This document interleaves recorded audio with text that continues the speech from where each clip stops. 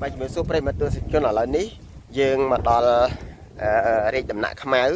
đầm bón ní cái hào tha prey rít đầm nặng khmau ní vì môn máu cứ miên nữa rít đầm nặng đây mình sau tục tăng vì chùm non prey bát sầm đạch prey xì sập bát mình đi vốn á có sang tăng vì năm bọc bón 918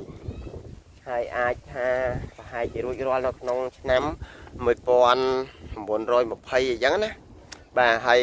ប៉ុន្តែឥឡូវនេះគេស្ថាបនានៅរូបសំណាកថ្មីដែលបងប្អូនប្រជាប្រដ្ឋខ្មែរយើងគាត់តែងតែពេញនិយមមកកំសាន្តនោះគឺរូបសំណាកលោកយាយម៉ៅអញ្ចឹងកន្លែងនេះគឺជាដំណាក់ខ្មៅដែលបងប្អូនអ្នកទេសចរមានពេលគាត់ឡើងមកក្នុងបូកូគាត់នឹងមិនតិចហើយក៏មិនរងដែរចំពោះទីតាំងមួយនេះគាត់តែងតែ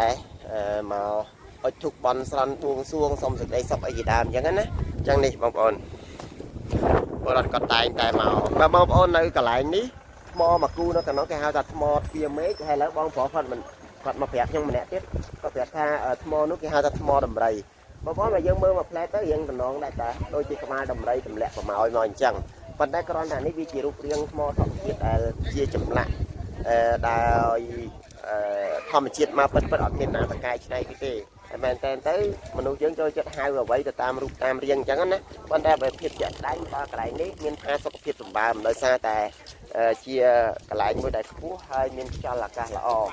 ជាពិសេសហ្នឹងគឺមានបងប្អូនទេសចរយើងក៏អត់ដែររំលងទេក្នុងការដែលមកដល់ទីនេះគឺគាត់តែងតែ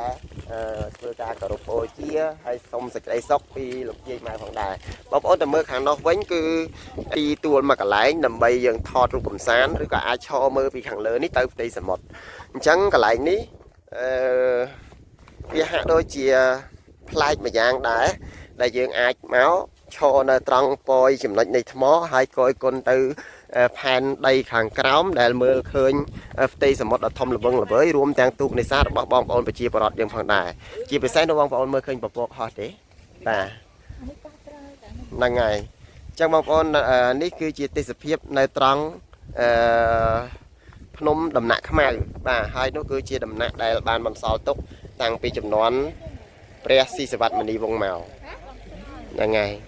ចឹងអរគុណបងប្អូនសម្រាប់ការទស្សនាវីដេអូកុំភ្លេចចុច like subscribe ជាមួយនឹង follow page របស់យើងខ្ញុំម្នាក់មួយផងដើម្បីទទួលបានវីដេអូថ្មីៗពីដំណើរកម្សាន្តរបស់យើងបាទអរគុណ